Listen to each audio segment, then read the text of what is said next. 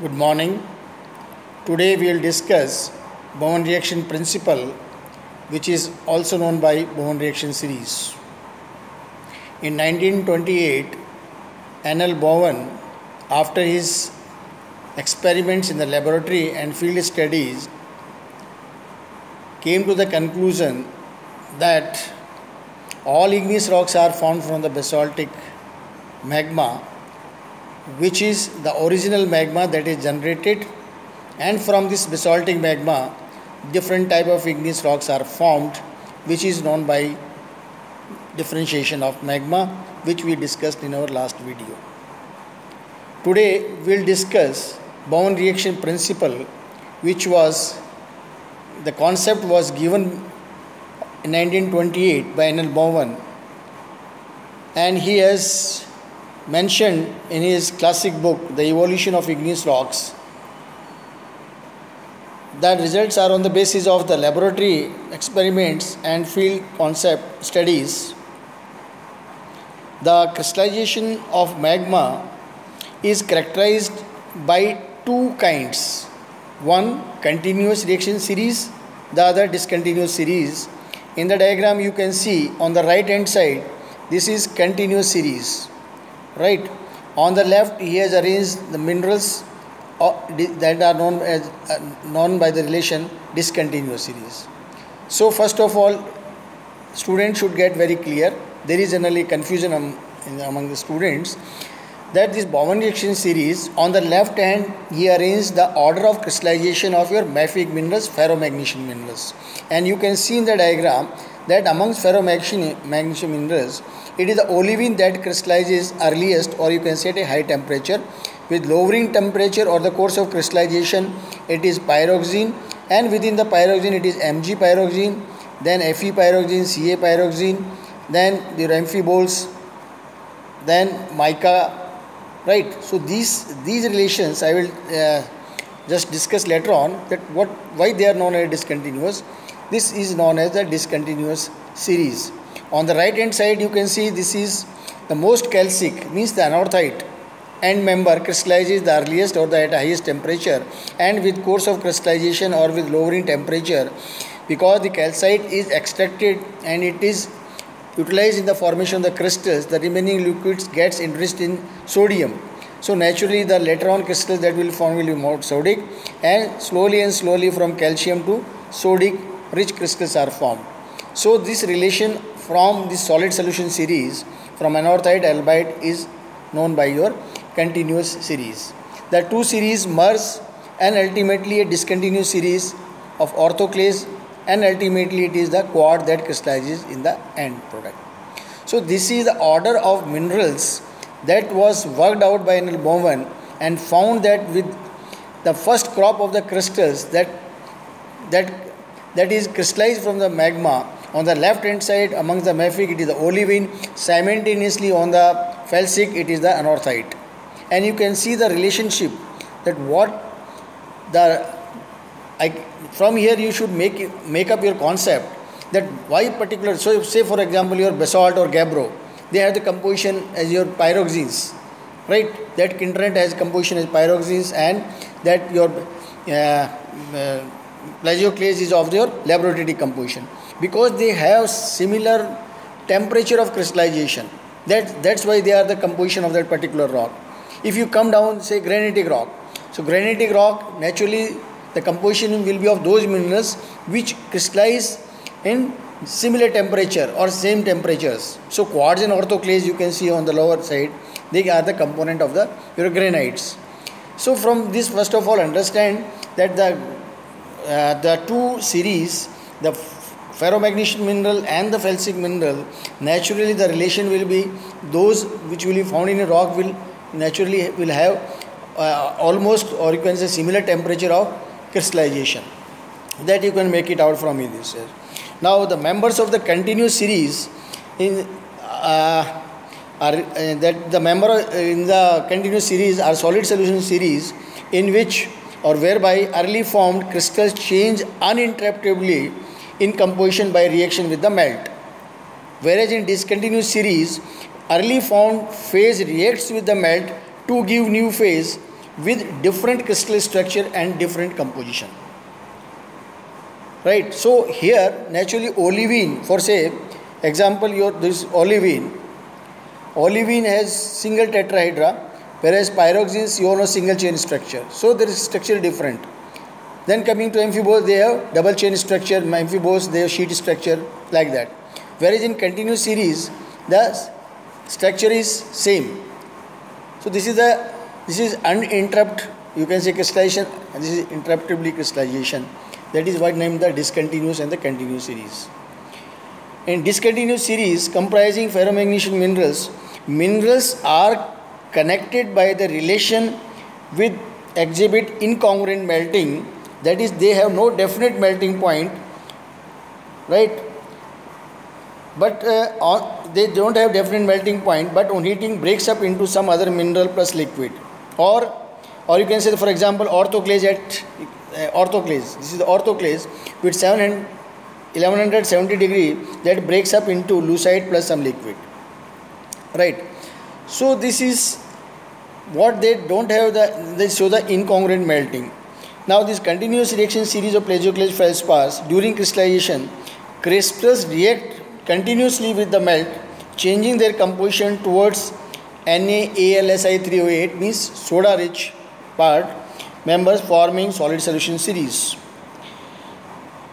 which are shown in the right hand. You can say this change direction. So the various, you can say, the significance of Baumann reaction principle helps in understanding the composition of different igneous rock mineral assemblages of felsic and the mafic minerals. Felsic, which will be the, for example, in what I told you in gabbro and basalt and all that the mafic component is pyroxene, whereas felsic component is your labradorite.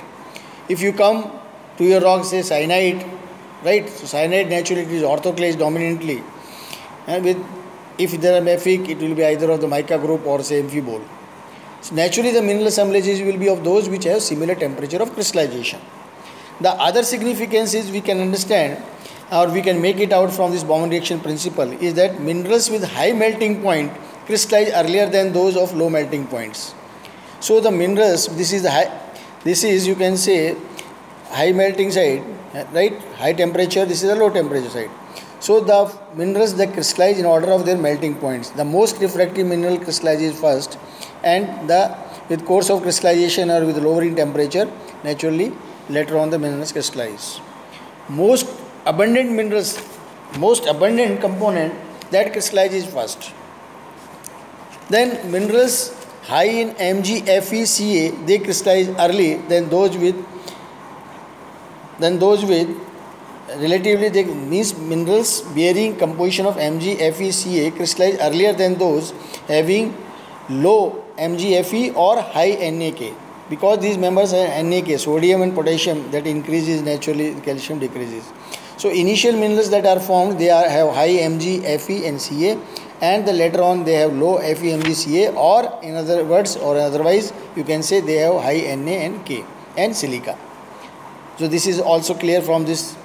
Then silicate structure becomes complicated with course of crystallization. This is single tetrahedra, single chain, double chain, with sheet structure, and then you can say tectosilicates and all that. So the initial minerals that are formed, they have simple silicate structure, with which course of crystallization silicate structure becomes complicated. The thermal stability decreases with course of crystallization. Thermal stability, that is the same, that minerals which have low temperature of crystallization, naturally they have low thermal stability. Then unit cell increases with course of crystallization. That's why your radioactive minerals, they can are accommodated or they are found in the granitic rocks. So unit cell increases with course of crystallization. Then the specific gravity, this gravity decreases with course of crystallization. Olivine is denser than pyroxene. Pyroxene is denser to your say amphibole, mica.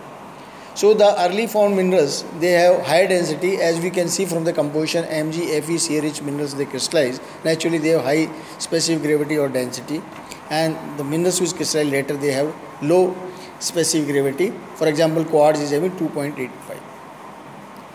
Right.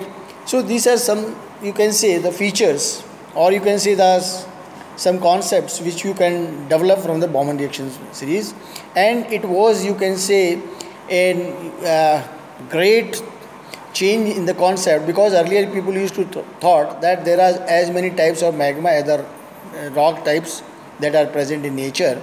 But from 1928, that was an, you can say, a drastic change in the concept that no, we can, the different igneous rock can be generated from single parent homogeneous basaltic magma, and that was worked out by N.L. Bowen.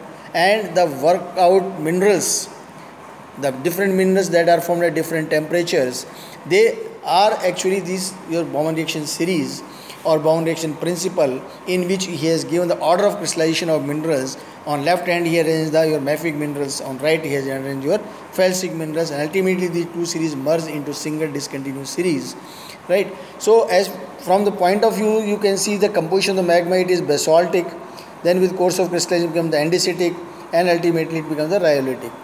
Means same magma with course of crystallization is become the rhyolitic. So Bowman reaction series or principle, as far as this concept is concerned, in this you have to give the order that was worked out or that have been found by the experiments by N.L. Bowen, and the different minerals they crystallize in order of their melting point. The most refractive minerals crystallize earlier, and overall the rock forming silicate minerals he arranged into two, that is continuous and discontinuous series, and ultimately these two series merge into continuous, and it is the last quartz that crystallizes around 740 degree. So the overall temperature of crystallization is from olivine to quartz, or can you say anorthite to quartz, they are in between 1550 degree to 740 degree. The simple thing, all the minerals that will be found in a rock will naturally have similar minerals which have similar temperature of crystallization. You will never found quartz and olivine as essential mineral in a rock, because quartz and olivine never occur together in a rock as essential mineral. The reason is very simple, because olivine crystallizes at 1550 degree centigrade, whereas quartz crystallizes 740 degree. So they cannot be the mineral in a rock as essential mineral in a rock. So generally this question is asked in competitive examination, why olivine and quartz are not found in a rock. So because the temperature of crystallization are quite different. Olivine crystallizes at a very high temperature around 1550 degree, whereas quartz crystallizes at lower temperature around 740 degrees centigrade. So likewise you can understand the different other association of, you can say, the mineral composition of the rocks. Only those minerals will be the composition in the rocks, those which have similar, or you can say almost equal temperature of crystallization. So this is all about Bowman reaction series or principle. If you have any queries or doubt, you can clarify on my, you can say, WhatsApp number, or by any means you can call me at any time. You are always welcome, right? Thank you. That's all for today. Thank you very much. Thank you. Have a good day. Bye.